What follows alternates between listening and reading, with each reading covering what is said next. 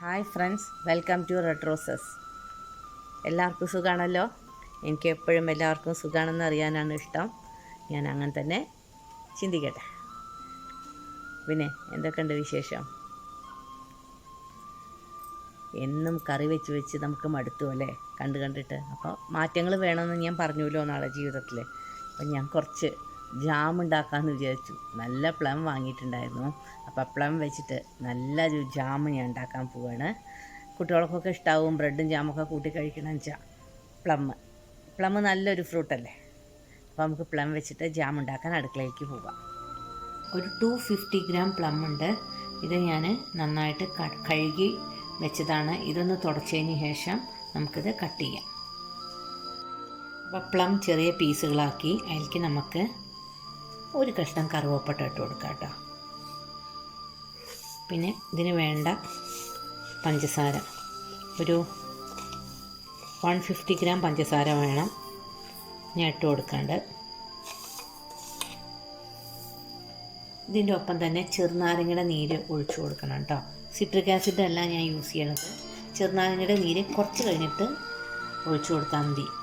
ഇതെല്ലാം കൂടി ഒന്ന് മിക്സായിട്ട് പഞ്ചസാര ഒന്ന് മെൽറ്റ് ആവട്ടെ കേട്ടോ.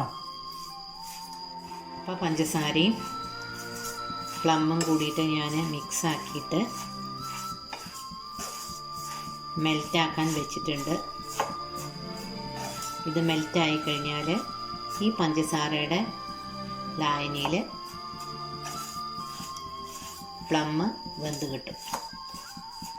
ഷുഗറൊക്കെ ഡിസോൾവായി. ഇത് ഷുഗർ സിറപ്പിൽ കിടന്നിട്ട് അലിഞ്ഞു കിട്ടണം. സിട്രിക് ആസിഡിന് പകരം നമുക്ക് ഇതിലേക്ക് ചെറുനാരങ്ങ ഒഴിച്ചു കൊടുക്കാം കേട്ടോ. നീര് കുറച്ച് നീര് മതി. നല്ലൊരു കുരു പൊട്ടുണ്ടാകൊണ്ട് എടുക്കും ചെയ്യാം നമുക്ക്. ഓക്കെ,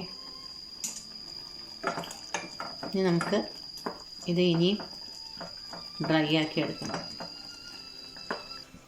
ഷുഗർ സിറപ്പിൽ പ്ലമ്മൊക്കെ നന്നായി ഡിസോൾവായി നല്ല ജെല്ലി പോലെയായി. പ്ലമ്മും ഷുഗറും ലെമൺ ജ്യൂസും എല്ലാം ആയിട്ട് ഇതാണ് ജാം. ഇങ്ങനെയാണ് ജാമിൻ്റെ ഒരു പ്രിപ്പറേഷൻ. എല്ലാവരും ഈ വീഡിയോ സ്കിപ്പ് ചെയ്യാതെ കാണണം. പുതിയ വെറൈറ്റി വീഡിയോകൾക്കായി എൻ്റെ ചാനൽ സെർച്ച് ചെയ്യൂ.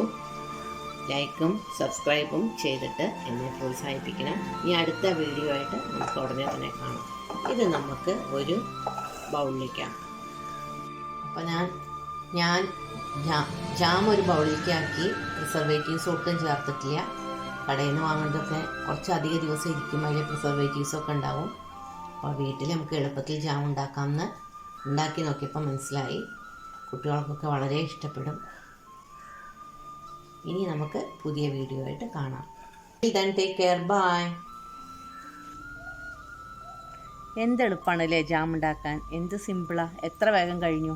എൻ്റെ ഈ വീഡിയോ നിങ്ങൾക്ക് ഇഷ്ടപ്പെട്ടോ? ഇഷ്ടപ്പെടുകയാണെങ്കിൽ നിങ്ങൾ ലൈക്കും ഷെയറും ചെയ്ത് എന്നെ ഒന്ന് പ്രോത്സാഹിപ്പിക്കണം കേട്ടോ. ഒന്ന് സബ്സ്ക്രൈബ് ചെയ്തിട്ട് അടുത്തുള്ള ആ ബെല്ലൈക്കൺ കൂടി ഒന്ന് അമർത്തിക്കോളൂ. ഇനി നമുക്ക് പുതിയ വീഡിയോ ആയിട്ട് തന്നെ കാണാം. എല്ലാവർക്കും നല്ലത് വരട്ടെ.